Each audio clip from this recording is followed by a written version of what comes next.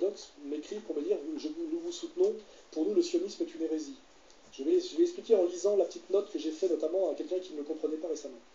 Je dis voilà, de l'orthodoxie à la nouvelle religion juive, qui est le sionisme. Le sionisme auquel s'est rallié finalement la majorité des rabbins. C'est-à-dire qu'effectivement, il y a eu une conversion des religieux à quelque chose qui était une hérésie religieuse. Mais c'est pareil avec nous pour Vatican II. L'orthodoxie à la nouvelle religion juive, qui s'appelle le sionisme, c'est quand Rothschild, qui est une réalité, une métaphore, c'est-à-dire la puissance économique juive, déclare qu'il a accumulé suffisamment d'argent et de pouvoir pour ne plus attendre Israël de Dieu, mais se l'acheter lui-même. C'est le processus qui a amené à Israël, déclaration de Balfour, la création de la banque, etc. C'est-à-dire, avec le ralliement progressif des juifs religieux au sionisme, on passe d'un peuple craignant Dieu et essayant de s'élever à l'exigence de sa promesse à un peuple se prenant pour Dieu, sombrant dans le narcissisme et le racialisme. Ainsi, le juif pieux traditionnel savait que sa souffrance était une punition divine, c'est clairement dans les Écritures, tandis que le juif moderne accuse partout le goy de sa souffrance et se croit le droit moral de déverser partout sa haine de l'autre pour son insoumission à sa volonté inextinguible de domination. Là, on rejoint ce que je disais tout à l'heure sur qu'est-ce que l'antisémitisme aujourd'hui. C'est quelqu'un que les juifs n'aiment pas, l'antisémite, et c'est quelqu'un qui se soumet de mauvaise grâce à la domination juive. Ce n'est que ça, c'est clair et net. Les antisémites, c'est ultra rare. J'en ai rencontré très très peu dans ma vie. Et donc, je dis ce peuple de la religion dévoyée, où on achète ce que Dieu vous a promis et que vous devez mériter. On n'attend pas qu'il vous le donne. On ne le mérite plus, on l'achète en douce dans son dos. C'est vraiment une insoumission à Dieu caractérisée. C'est satanique. C'est la révolte contre Dieu, et surtout d'avoir une récompense qu'on n'a pas méritée et qu'on ne mérite pas. Dieu les punira pour ça, c'est une certitude. Et c'est ainsi, je dis que c'est un peuple, donc, par ce ralliement à la religion sioniste, devenu peuple de la haine dans la permanente inversion accusatoire. Voilà. Sa haine de quiconque ne se soumet pas à sa prétention suprémaciste, racialiste, fondée en dernière instance sur une domination par l'argent. Qu'est-ce que c'est que le sionisme aujourd'hui et la religion sioniste? C'est quand Rothschild se prend pour Dieu et achète quelque chose qui devait être la récompense de Dieu à un peuple qui était sorti d'une période d'errance maudite parce qu'il n'était pas à la hauteur de l'élection divine. C'est-à-dire, c'est une entreprise de corruption et c'est un blasphème le plus grave qu'il soit. Voilà. C'est pour ça que les juifs orthodoxes authentiques, puisqu'aujourd'hui il y a des religieux sionistes et de religieux authentiques, c'est compliqué parce que voilà, cette église juive est dévoyée. Avant, il y avait les laïcs sionistes contre les religieux antisionistes. Aujourd'hui, il y a toute la confusion des religieux sionistes. C'est pour ça que les juifs religieux me disent nous ne reconnaissons pas l'autorité du rabbin Berman. Je vais vous montrer ce que dit le Talmud. Dieu a fait promettre aux Juifs de ne pas créer un État en allant à l'encontre des autres nations. Sinon, ils deviendraient des animaux, la proie des chasseurs. Ce texte prouve qu'en ayant créé l'État d'Israël, le peuple juif se révolte contre Dieu. Dieu va donc détruire cet État. C'est ce que...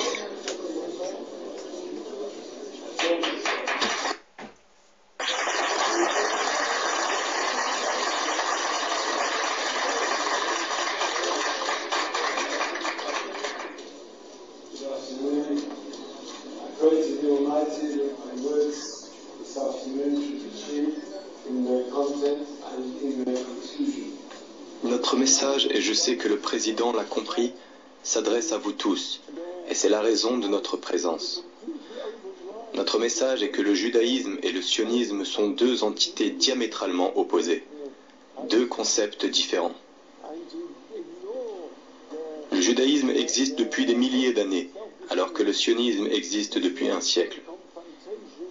Si le judaïsme et le sionisme étaient identiques, nous aurions entendu parler du sionisme depuis plus longtemps qu'il y a un siècle. Pourquoi le judaïsme et le sionisme sont-ils deux concepts opposés? Le judaïsme renvoie une façon de vivre depuis des milliers d'années, avec une éthique, une morale et un esprit de justice. Le sionisme est une idée nationaliste qui existe depuis 100 ans. Il est contraire aux croyances juives. Je ne vais pas trop insister sur ce point parce que c'est un message qui s'adresse aux juifs eux-mêmes. Selon nos croyances et nos enseignements, les juifs doivent être en dispersion dans le monde et se comporter loyalement, quel que soit le pays dans lequel ils résident. Attachons-nous maintenant aux aspects du sionisme par rapport au judaïsme et par rapport aux valeurs religieuses du judaïsme humanitaire. Le sionisme est totalement anti-humanitaire. Et pour rester dans le contexte de la conférence ici à Genève, il est totalement opposé au principe de base de l'antiracisme. Par définition, le sionisme est une idéologie raciste, parce qu'il a pour but de s'approprier des terres en déplaçant la population qui y vivent pour les donner à un groupe en particulier. Quelle belle preuve de racisme!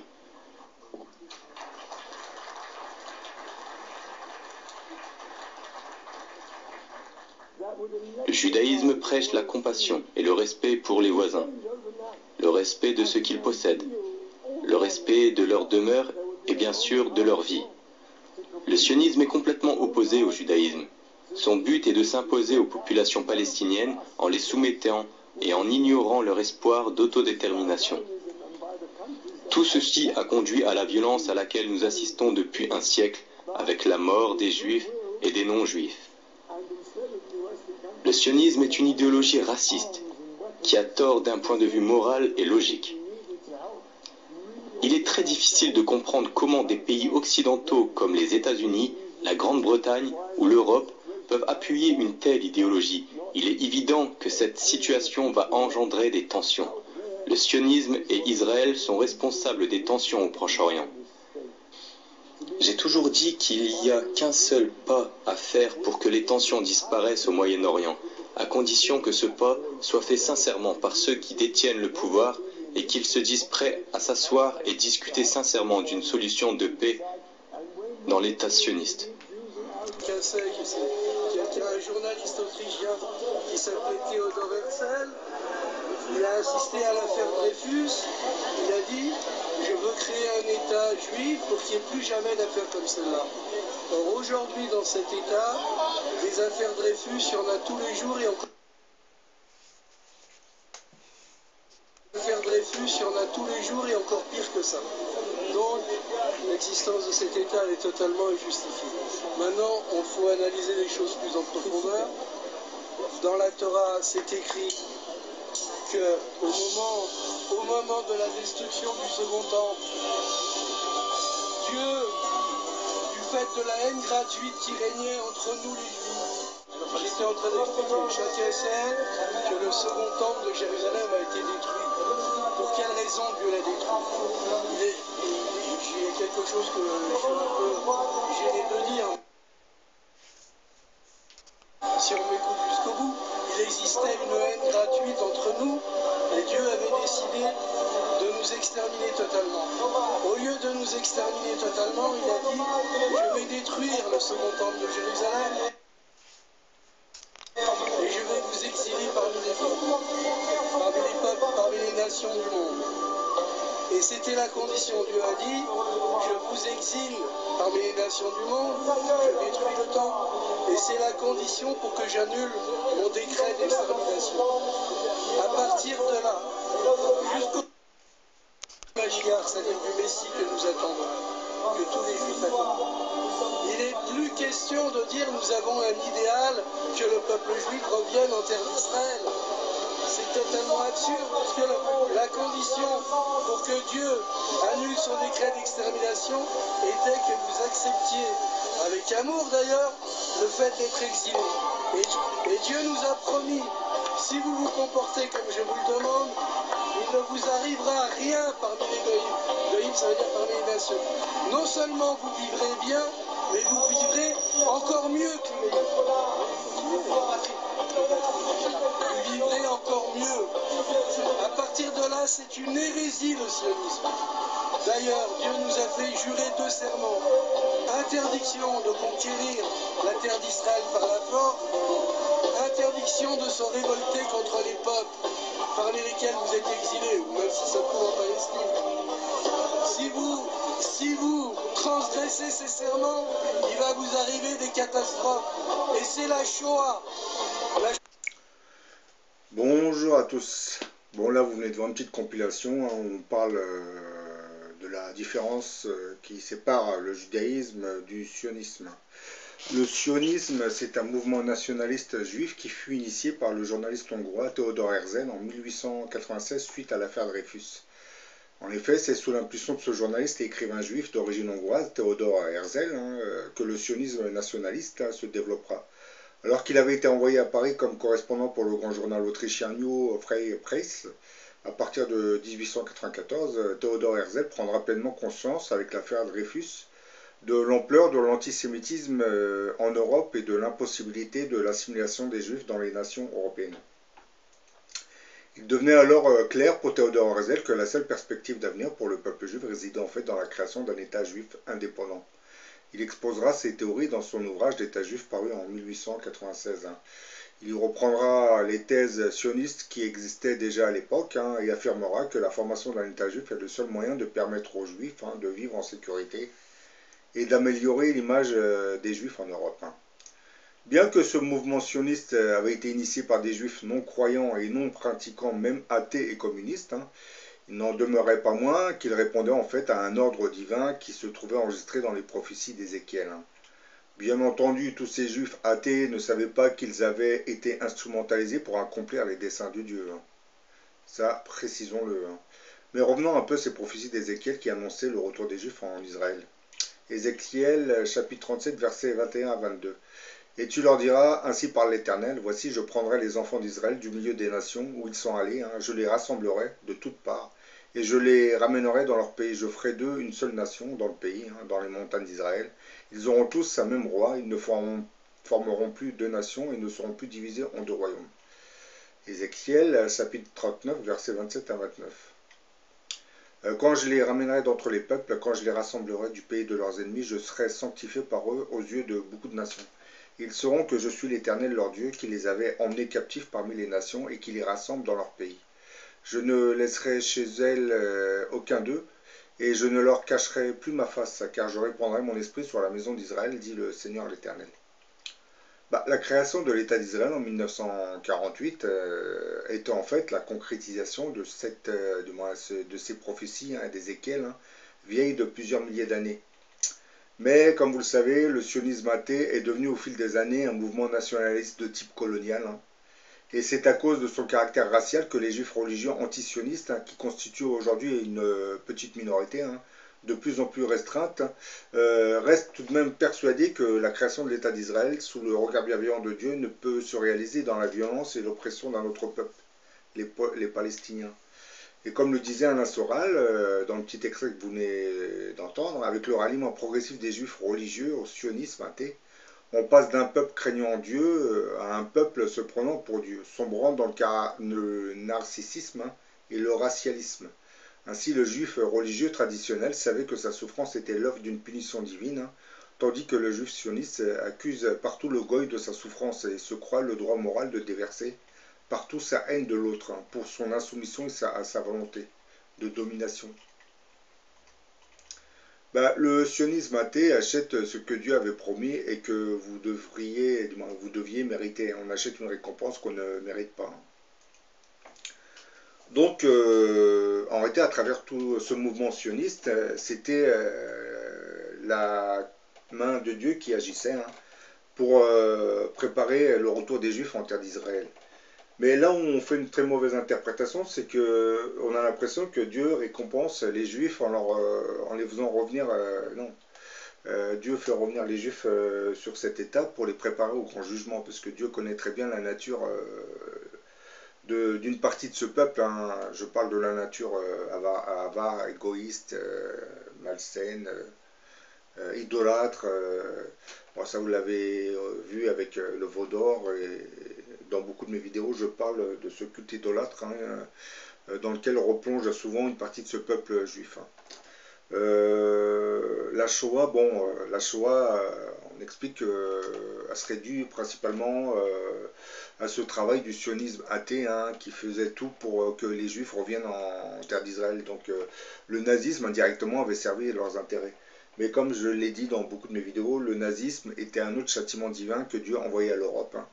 Et pour accomplir la prophétie d'Ézéchiel, il fallait bien créer un mouvement nationaliste qui inciterait les Juifs à retourner vers leur terre. C'est indirectement le nazisme, c'est aussi la concrétisation de cette prophétie d'Ézéchiel. Mais bon, je tiens à préciser aussi que le sionisme d'aujourd'hui est de type colonial et raciste, hein. Ne l'oublions pas, hein. Puisque ce qui se passe en Cisjordanie et à Gaza, c'est une politique ultra-nationaliste de type colonial, hein, qui a servi complètement les Palestiniens. Et le gouvernement d'extrême droite israélien peut continuer à en profiter puisque il sait qu'il a le soutien de ces intellectuels et ces philosophes juifs, hein, qui sont un peu cette branche laïque du sionisme, hein, qui revendique le droit à Israël d'avoir un État. Et beaucoup de ces intellectuels juifs, hein, dont vous connaissez les noms en France, hein, comme Finkielkraut, BHL, Bernard-Henri Lévy, Éric Zemmour, et j'en passe, hein, puisque quelquefois vous pensez toujours que ces intellectuels qui ne disent pas qu'ils sont juifs, hein, bien entendu, se font passer pour de bons Français, hein, devant les médias, hein, et ils se permettent de venir discréditer les musulmans, hein, qui, comme vous le savez, menacent l'intégrité d'Israël, hein, alors qu'en réalité, ces gens, ce sont rien d'autre que des sionistes, hein, qui sont au service de l'État d'Israël, le service indirect, bien entendu, hein, puisqu'ils en font la propagande distillée à travers beaucoup de leurs messages. Et vous remarquez que des gens comme Éric Zemmour ou Finkielkraut, lorsqu'ils se présentent, lorsqu'on les invite sur des plateaux TV, ils se présentent comme des Français de souche presque, hein. Ils ne vont pas venir vous dire qu'ils sont juifs. D'ailleurs, quand quelqu'un leur parle de leurs origines juives, ça les gêne un peu. Parce que eux, leur but, c'est de faire croire que ce sont de simples citoyens français qui combattent l'intégrisme musulman, alors qu'en réalité, ce sont des juifs, hein, qui, comme vous le savez, haïssent les musulmans en général et les islamistes en particulier, parce que les pays arabes qui entourent Israël sont devenus des ennemis potentiels. Quand je dis des ennemis potentiels, c'est entre parenthèses, parce que vous savez, les régimes militaires qui entourent l'État d'Israël ne menacent même plus l'intégrité d'Israël, hein. Ces régimes arabes aujourd'hui s'attaquent à leur propre peuple, hein. Ça, vous l'avez vu avec l'Irak, la Syrie, la Libye, l'Algérie. Bon, là, c'est loin de l'État d'Israël. Mais bon, ces régimes arabes sont tellement corrompus et despotiques, hein, qu'ils préfèrent ne pas trop toucher ou menacer l'État d'Israël de peur d'avoir des représailles médiatico-militaires, hein, puisque comme ils savent que beaucoup de pays arabes de régime se sont déjà écroulés, donc ils font l'autruche, hein, le jeu de l'autruche, hein. Ils distillent par l'intermédiaire de leurs médias quelques frasques antisémites, hein, juste pour rassurer leur peuple, hein, qu'ils n'ont pas perdu leur guerre, du moins leur campagne anti-juif et anti-sioniste, hein. Alors qu'en réalité, tous ces régimes arabes, je ne veux pas dire qu'ils sont complaisants que l'État d'Israël, hein, c'est qu'ils n'osent même plus s'attaquer à ce pays, hein, de peur de perdre le pouvoir carrément. Parce qu'ils ont compris que les services secrets occidentaux déclenchent et stimulent des guérillas et des guerres civiles, hein. Que ce qui se passe en Irak, en Syrie, ce n'est pas l'œuvre que des Syriens ou des Irakiens. Vous savez qu'il y a beaucoup d'influence extérieure, hein, surtout pour la Syrie. La Syrie, c'est, comment dire, c'est un peu une pseudo-guerre mondiale où plusieurs pays s'affrontent à travers l'armée syrienne, hein, le régime de Bachar, hein. On a l'impression que c'est une préparation, hein, pour ce qui nous attend dans le futur. Bon, voilà, hein, j'en ai fini avec cette petite vidéo. Je vous l'ai faite juste pour vous dire que ne confondez surtout pas le sionisme avec le judaïsme, hein. Le judaïsme, c'est une religion qui a plusieurs millénaires d'existence. C'est une religion qui n'a rien de, j'allais dire, nationaliste. Oui, indirectement, parce que les juifs, ils n'acceptent pas les non-juifs, hein. Ils ont tendance à être, comment dire, chauvins, et ils restent entre eux, hein. Je dirais, ils ne convertissent même pas les gens au judaïsme, hein, parce que le judaïsme, pour eux, c'est vous êtes né juif. C'est ça la différence avec les autres religions monothéistes. Le christianisme et l'islam, eux, ont tendance à intégrer et convertir le maximum de fidèles. Alors que le judaïsme, eux, non, c'est une religion qui reste et qui stagne. On ne convertit personne puisqu'on est juif. C'est ça la différence avec les autres religions monothéistes. Et bon, précisons quand même que le sionisme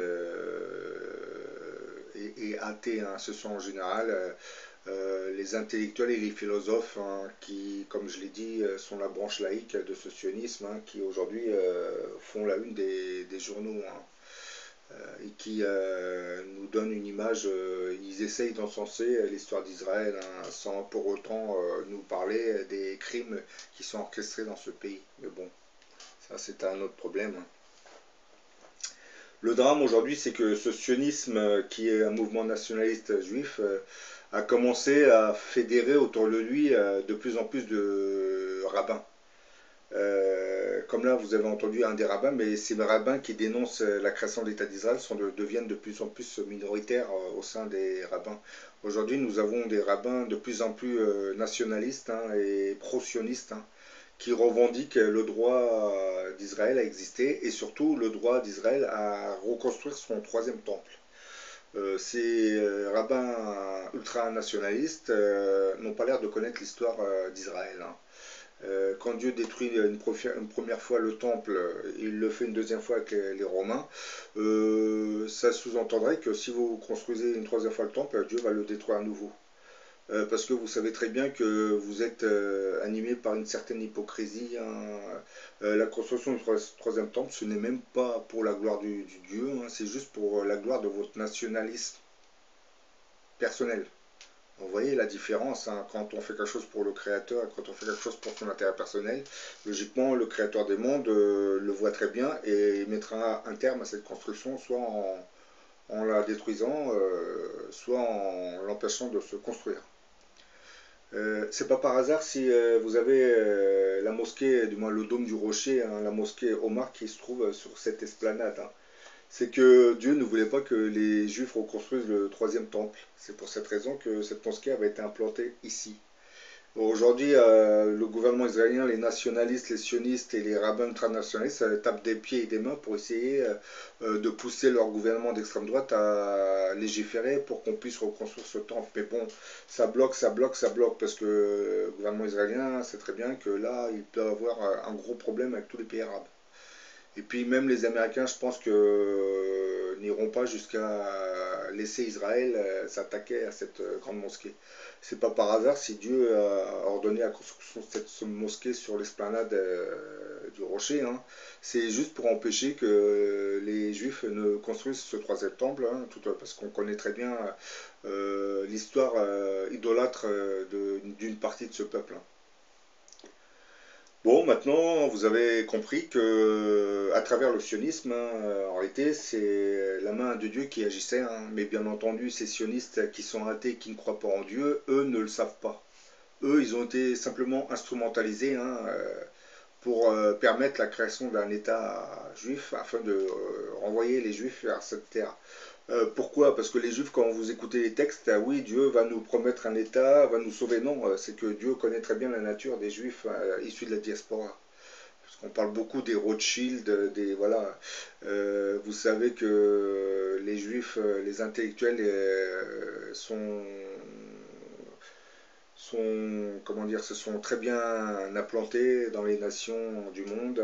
Certains sont devenus des élites, d'autres ont pris le pouvoir économique de ces nations. Oui, on va parler des Rothschild et compagnie, mais vous avez d'autres banques juives qui contrôlent l'activité économique de notre monde. Les Rothschild, parce que c'est l'une des familles les plus importantes. Mais vous avez, à côté de l'économie, vous avez aussi l'armement. Vous avez les armes les plus sophistiquées ont été conçues par des intellectuels juifs, des juifs à l'esprit très intelligent. La bombe atomique, ce sont des intellectuels juifs. La bombe atomique, la première américaine, ce sont des intellectuels juifs qui l'ont conçue. Ça, ce sont que des exemples. Les Juifs nous parlent des camps de concentration, nous parlent des chambres à gaz, mais vous savez que le gaz de combat, du moins une base de ces gaz de combat avait été créée inventée par le juif allemand Fritz Haber. Ça, oui, ça ils vont pas vous le dire. Les nazis nous ont exterminés, mais bon, il faut expliquer aux gens qui construisent cet armement et ce gaz, qui l'a conçu. C'est voilà, c'est des juifs qui construisent, qui fabriquent des armes pour détruire d'autres juifs. Ça devient presque ironique, j'allais dire. Et aujourd'hui, le sionisme se base sur cette Shoah pour imposer à son tour une dictature coloniale au peuple palestinien. Mais bon, là c'est un autre sujet, mais en réalité ce qui se passe en Israël, c'est aussi, il faut l'expliquer, il y a une dette karmique en réalité entre deux peuples.